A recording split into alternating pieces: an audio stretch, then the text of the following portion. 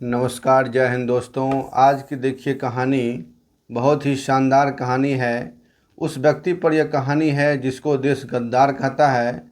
और चलिए हम कहानी की ओर चलते हैं। साल था 1883।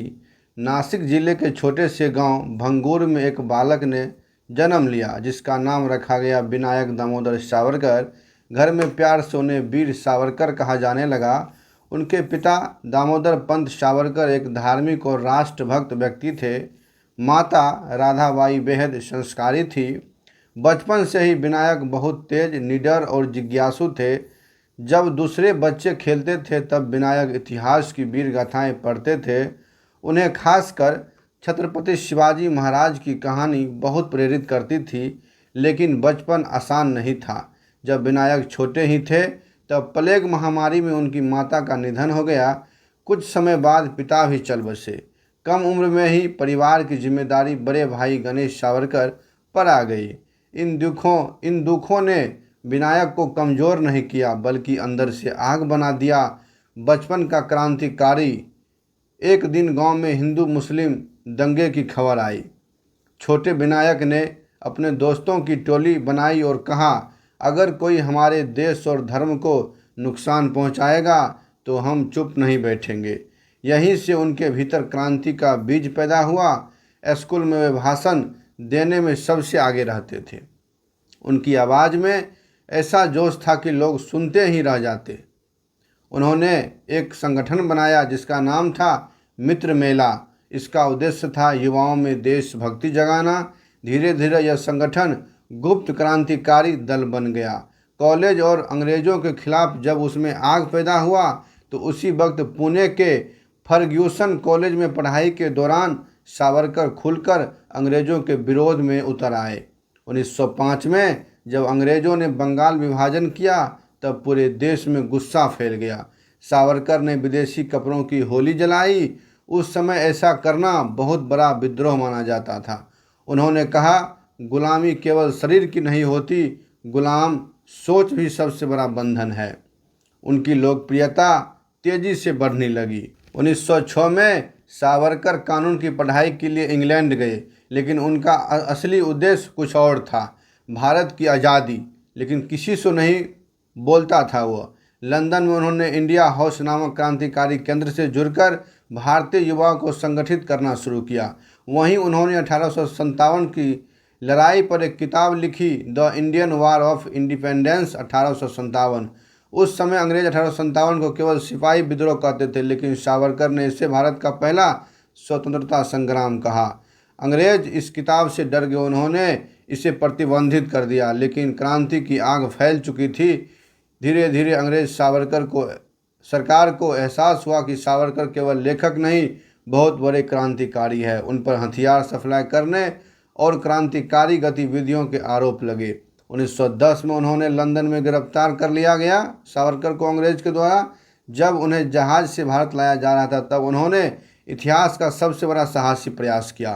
फ्रांस के मार्से बंदरगाह पर सावरकर जहाज़ के बाथरूम की छोटी खिड़की से समुद्र में कूद गए। हथकड़ी लगे होने के बावजूद वे तैरकर किनारे तक पहुंच गए। कुछ देर के लिए अंग्रेज़ों के होश उड़ गए, लेकिन दुर्भाग्य से उन्हें फिर पकड़ लिया गया। काला पानी की सज़ा भी हुई। अदालत ने सावरकर को 2 आजीवन कारावास की सज़ा सुनाई। कुल 50 साल उन्हें भेजा गया जेल में। अंडमान निकोबार की कुख्यात सेलुलर जेल में, जिसे लोग काला पानी कहते थे, वहाँ कैदियों पर अमानवीय अत्याचार होते थे। कैदियों को बैल की तरह तेल कोल्हू सो चलाना पड़ता था। थोड़ी गलती पर कोड़े बरसते थे, लेकिन सावरकर टूटे नहीं हुए। जेल की दीवारों पर कीलों और पत्थरों से कविताएं लिखते, फिर उन्हें याद कर लेते ताकि शब्द मिट ना जाए। उन्होंने हजारों पंक्तियां कंठस्थ कर ली थी। जेल में भी वे कैदियों को प्रेरित करते थे। रिहाई और नई राजनीतिक देखिए उसका क्या था। 1924 में कुछ शर्तों के साथ उन्हें रिहा किया गया। अब उन्होंने समाज सुधार और राजनीतिक पर काम शुरू किया। उन्होंने छुआछूत के खिलाफ आवाज़ उठाई, मंदिर में सभी जातियों के प्रवेश का समर्थन किया। बाद में वे हिंदू महासभा के प्रमुख बने। उन्होंने हिंदुत्व की विचारधारा को विस्तार से समझाया। उनका मानना था कि भारत की संस्कृति और पहचान को मजबूत होना चाहिए। हालांकि उनके विचारों को लेकर देश में हमेशा बहस होती रही। कुछ लोग उन्हें महान राष्ट्रवादी मानते तो कुछ लोग उनकी आलोचना भी करते। गांधी हत्या विवाद में उसका नाम आया था 1948 में। महात्मा गांधी की हत्या के बाद सावरकर का नाम भी जांच में आया, पर उन पर आरोप लगाए गए, लेकिन उस पर आरोप जो है सो साबित नहीं होने के कारण उसको बेल मिल गया था। यह घटना उनके जीवन का सबसे विवादित अध्याय बन गया था। महात्मा गांधी का घटना। उम्र बढ़ने के साथ उनका स्वास्थ्य कमज़ोर होने लगा। उन्होंने महसूस किया कि अब उनका जीवन उद्देश्य पूरा हो चुका है, इसीलिए 1966 में उन्होंने भोजन और दवाएं त्याग दी। इन्हें उन्होंने आत्मअर्पण कहा। 26 फरवरी 1966 को मुंबई में उनका निधन हो गया। उनके अंतिम शब्दों में देशभक्ति की झलक थी। आज भी वीर सावरकर भारत के सबसे चर्चित स्वतंत्रता सेनानियों में गिने जाते हैं। कुछ लोग इन्हें महान क्रांतिकारी कहते हैं, कुछ लोग उन्हें विचारों से असहज रहते हैं, लेकिन एक बात से शायद ही कोई इनकार कर सके, उन्होंने अपना पूरा जीवन काल भारत के लिए जिया। काला पानी की यातनाएं जिए, विदेश में क्रांति किए, जेल की दीवारों पर लिखी कविताएं याद कर करके जब बाहर वो जेल से निकले तो सब जो है सो बुक में लिखा था। आज़ादी का सपना लेकर वीर सावरकर की कहानी केवल एक व्यक्ति की कहानी नहीं, बल्कि उस दौर की कहानी है जब लोग देश के लिए सब कुछ त्याग देते थे। इतना ही इसका कहानी था। जो भी मेरे भाई इस कहानी से सहमत है, जिसको भी यह कहानी अच्छा लगा, वीडियो को सब्सक्राइब कर दीजिए चैनल को, और वीडियो को आगे शेयर कर दीजिए। इसी के साथ जय हिंद जय। इसके बाद अगर आप लोग किसी भी महान पुरुष का अगर कहानी जानना चाहते हैं जीवन से लेकर मरण तक, उसका नाम कमेंट कीजिएगा, उसी पर अगली वीडियो आएगी। Love you all. जय हिंद।